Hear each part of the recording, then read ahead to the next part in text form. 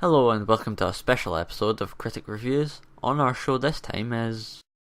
Wait, where did you come from? Through the bathroom window. Where do you think? Well, common sense would dictate that you came in through the door, but I guess that would be expecting too much normality from my life. Wait, what are you doing here? Don't blink. Don't even blink. Blink and you're dead. Wait, how did you... I always know when it comes to Doctor Who. So you knew I was going to review that episode? How does that even... What fun is there in making sense? Ugh, despite how much my mind argues against that, I'd rather not. In fact, a great lesson MLP has taught me is to not question something I can't explain. I call it the Pinkie Pie solution. So now that you're here, I guess it makes sense for us to both review this episode. So should I start or should you? Your channel, you get the ball rolling.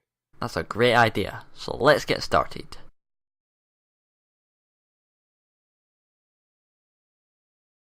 So this episode is called Blink, and it aired during the third season while David Tennant stayed on as the awesome 10th Doctor with his frankly boring companion Martha. This episode centres around a rather new and interesting monster, the Weeping Angels, very likely voted as the scariest Doctor Who monster since the Daleks first appeared in 1963 with the first Doctor. With the introduction of these monsters was a new era in the show's runtime.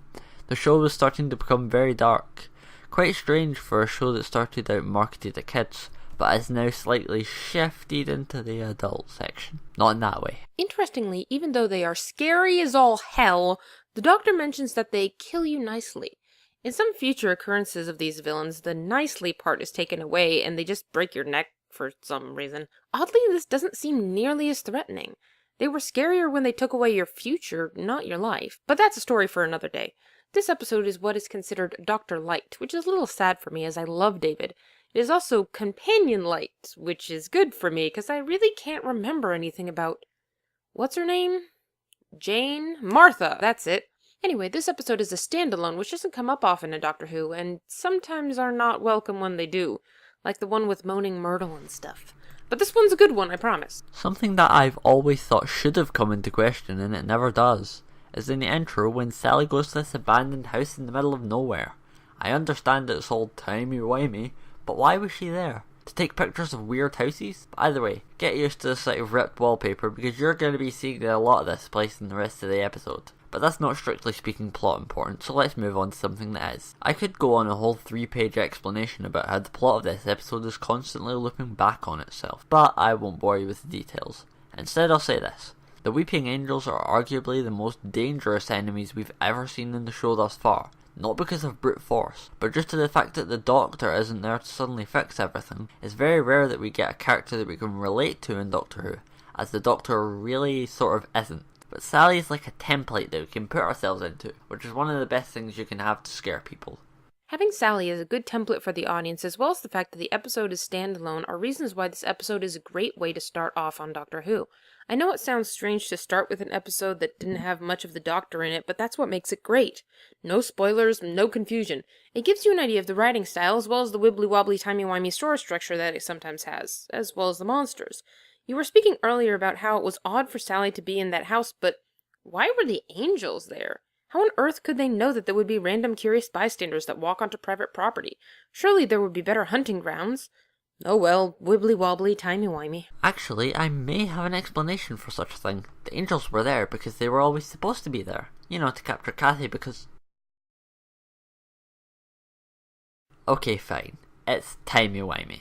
I'll now show you my favourite scene from the entire episode. It perfectly represents everything that I love about it, which I shall explain afterwards. Oh God. It's locked!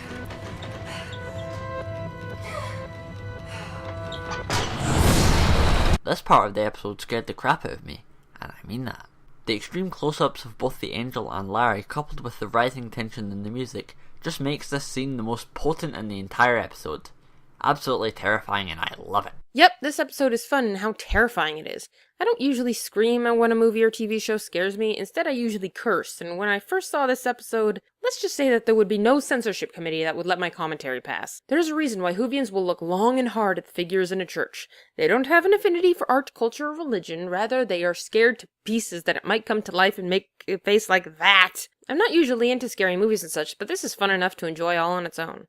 Now that there's really not a lot more to talk about, because if either of us keeps going we'll just start rambling, So the ending scene is very interesting to me. Like Sweetie said about the statues in real life, the ending scene with a voiceover of the Doctor from earlier in the episode, just before the end, he does the one thing no one should ever do.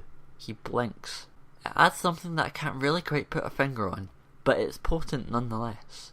Anyway, this is one of the best episodes of Doctor Who, and I'm proud to say that. How do you feel about it, Sweetie Bloom? I love it. It's a great start for beginners, and why it's not my favorite episode of the show, it's definitely up there and definitely one of the better ones of season 3. So, was that all you were here for, or was there something else you wanted? I have to go. My planet needs me. So, that was a thing that totally just happened. Thanks for watching, every pony.